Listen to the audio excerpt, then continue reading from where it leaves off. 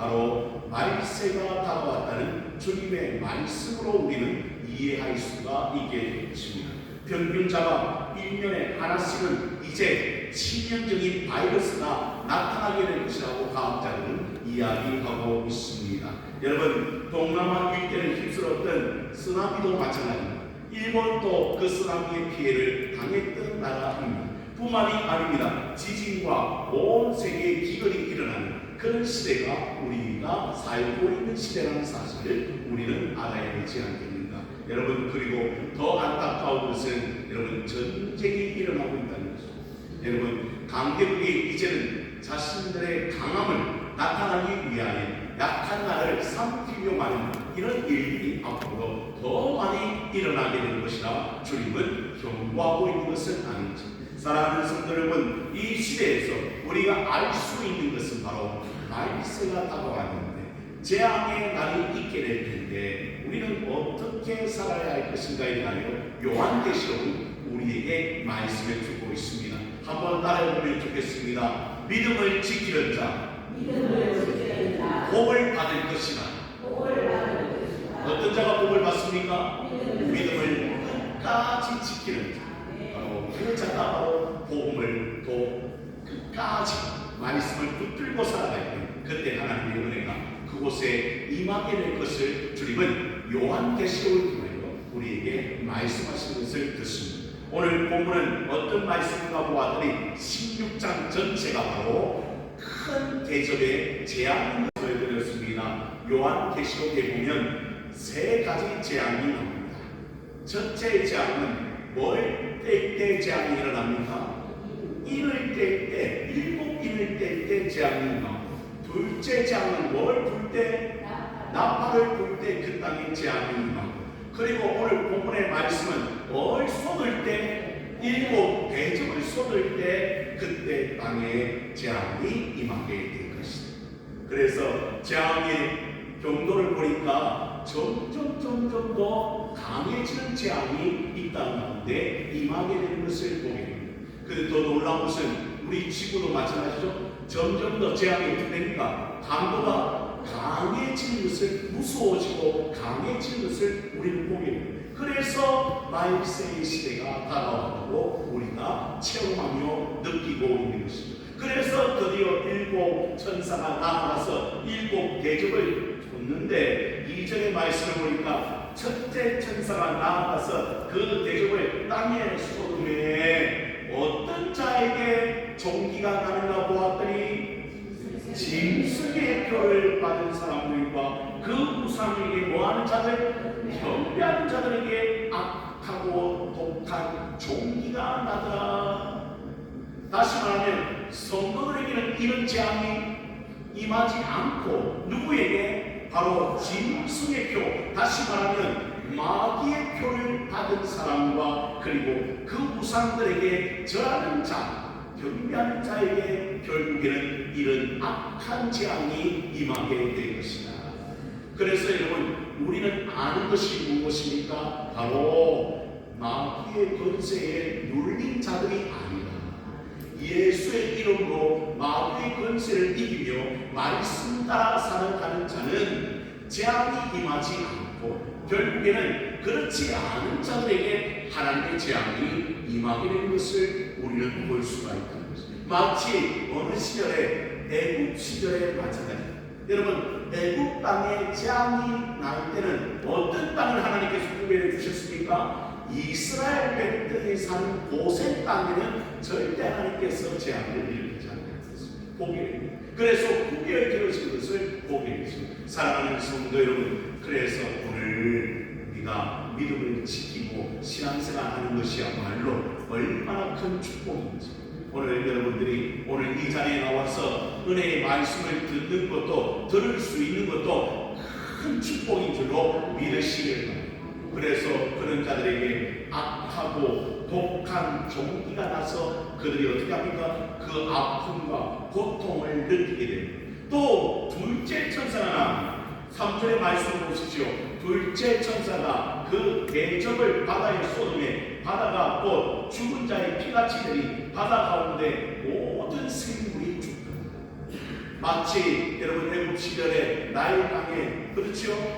어떻게 물을 쏟았더니 어떻게 됩니까? 피가 되는 그런 역사가 이 말세 시대도 일어나게 되는 것입니다. 그런데 더 나아가 셋째 천사도 그 대접을 강과 물 그런에 쏟았더니 어떻게 됩니까? 그 모든 강과 첫 번째는 바다죠. 두 번째는 보니까 강과 물의 근원에 다 피가 납니다. 그러니 여러분 그 물을 마실 수가 없지요. 그래서 기근이 되는 것입니다. 여러분 왜 기근입니까? 바로 마실 물을 찾을 수 없으니까 기근이 되는 것입니다. 그래서 그 아픔과 그 고통은 이루 말할 수 없어요.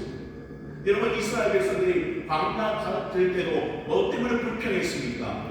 물이 없으므로 불평했던 것과 마찬가지로 이제는 먹을 물이 없잖아요. 바다 생물도 다 죽었지요. 그리고 그 물의 근원도 다 피가 되었죠. 그러니까 여러분 마실 물이 없는 거예요. 그만큼 큰 고통은 없는 것입니다. 이러한 때가 도래할 것이라고 주님은 말씀해 주십니다. 그런데 또 놀라운 사실은 5절의 말씀입니다.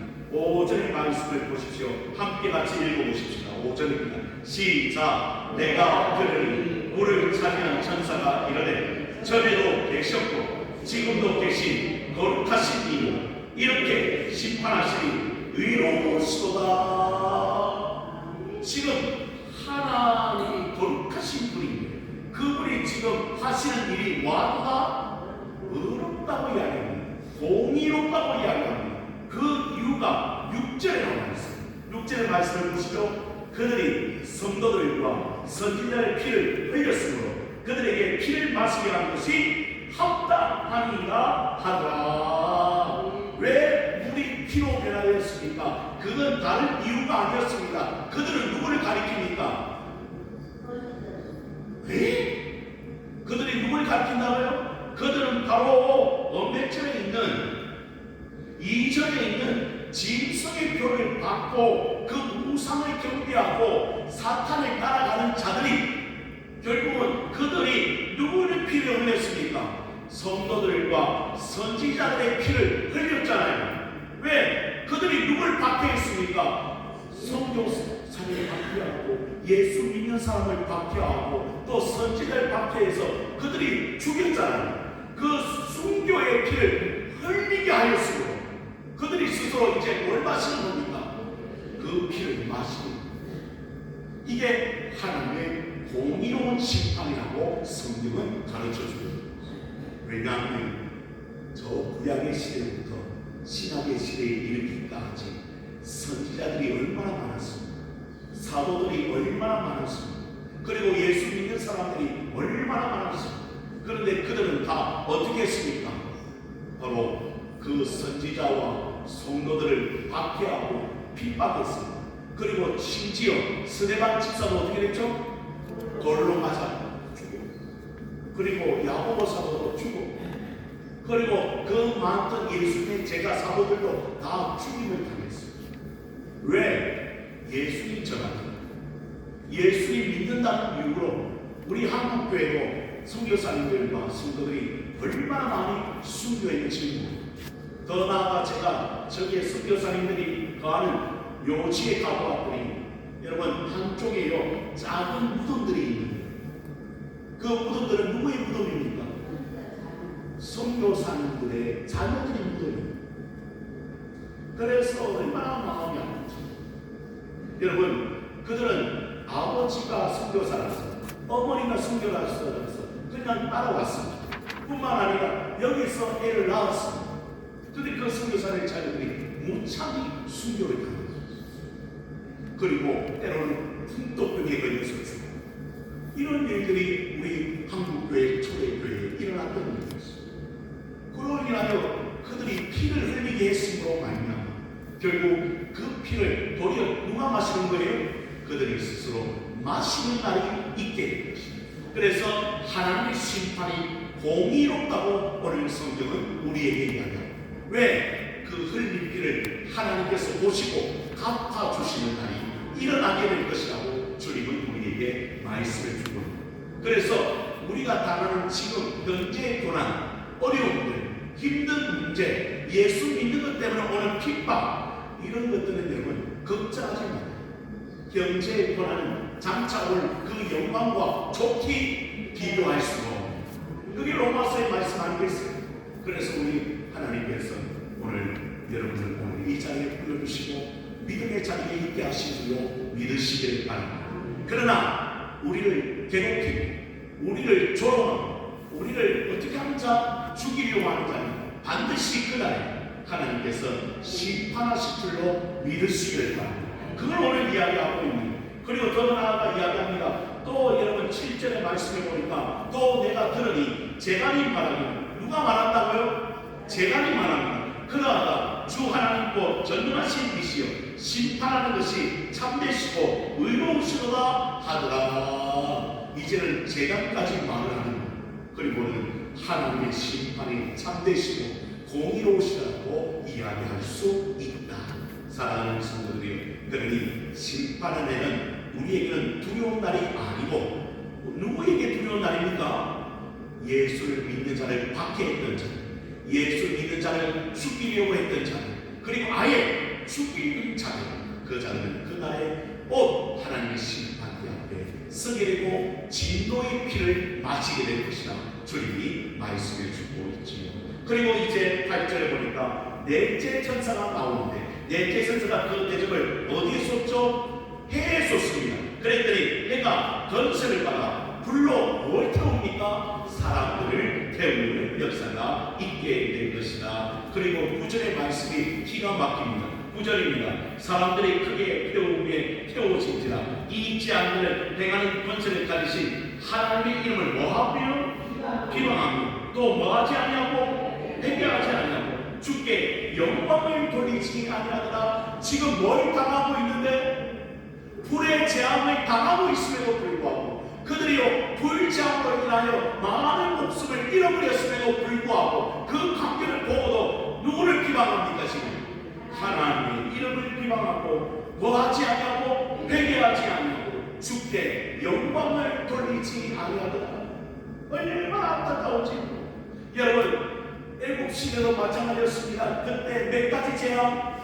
10가지 재앙. 우리가 다 외우잖아요. 시작.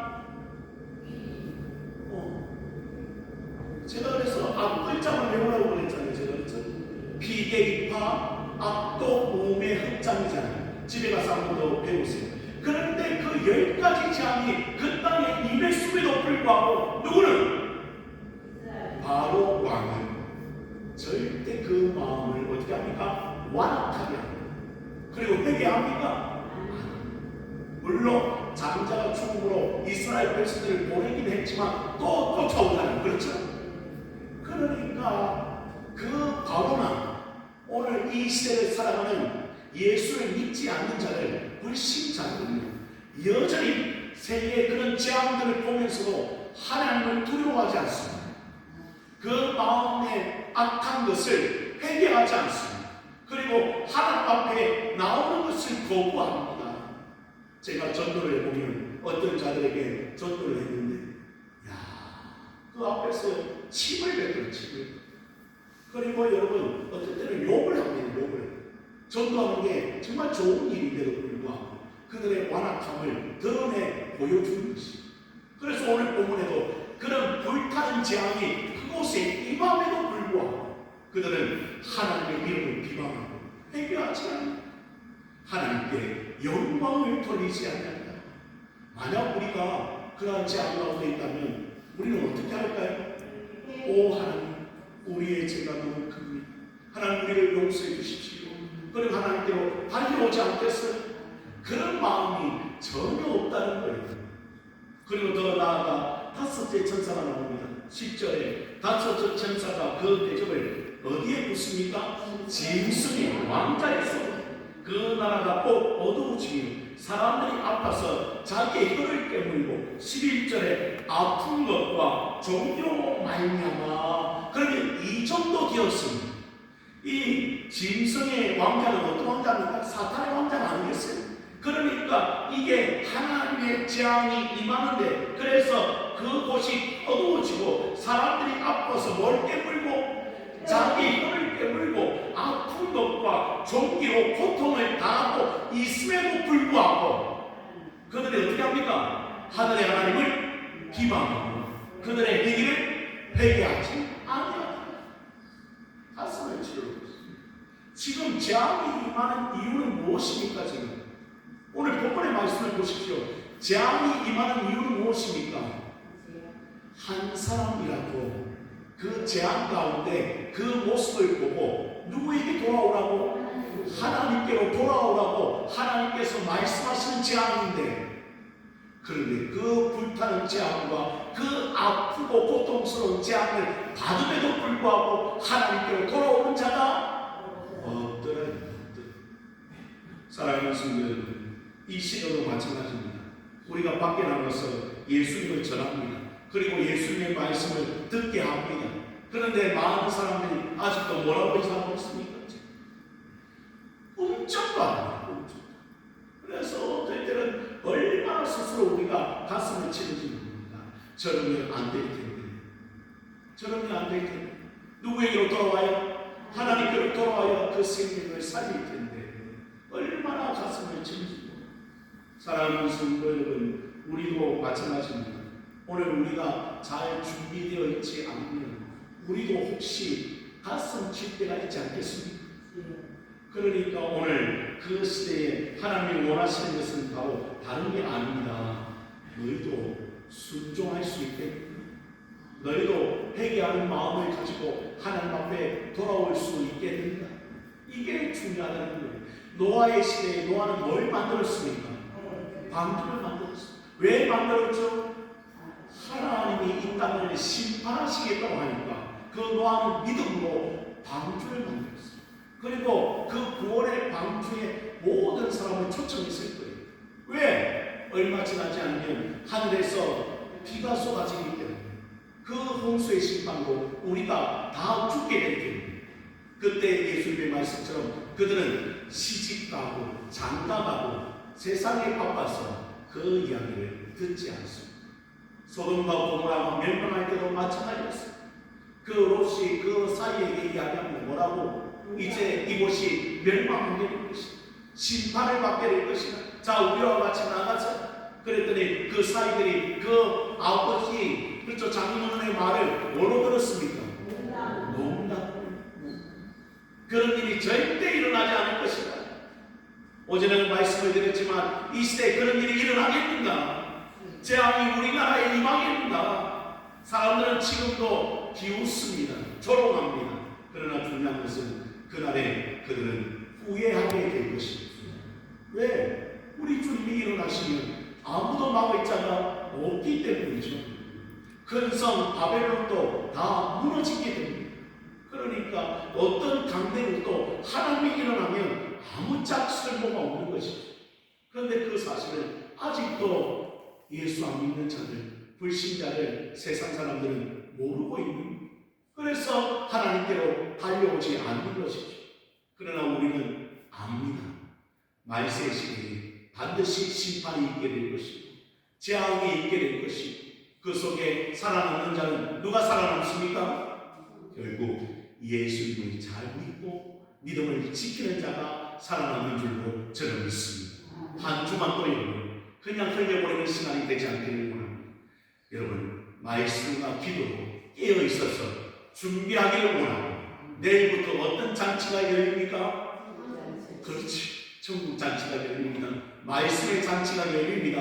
은혜의 잔치가 열립니다. 조금 피곤하고 어렵더라도 다 동참하셔서 정말 하나님의 은혜를 누리는, 그리고 그 은혜의 때를 놓지 않는 여러분의 삶이 되어지길 주님의 이름으로 축원을 드립니다. 기도합니다.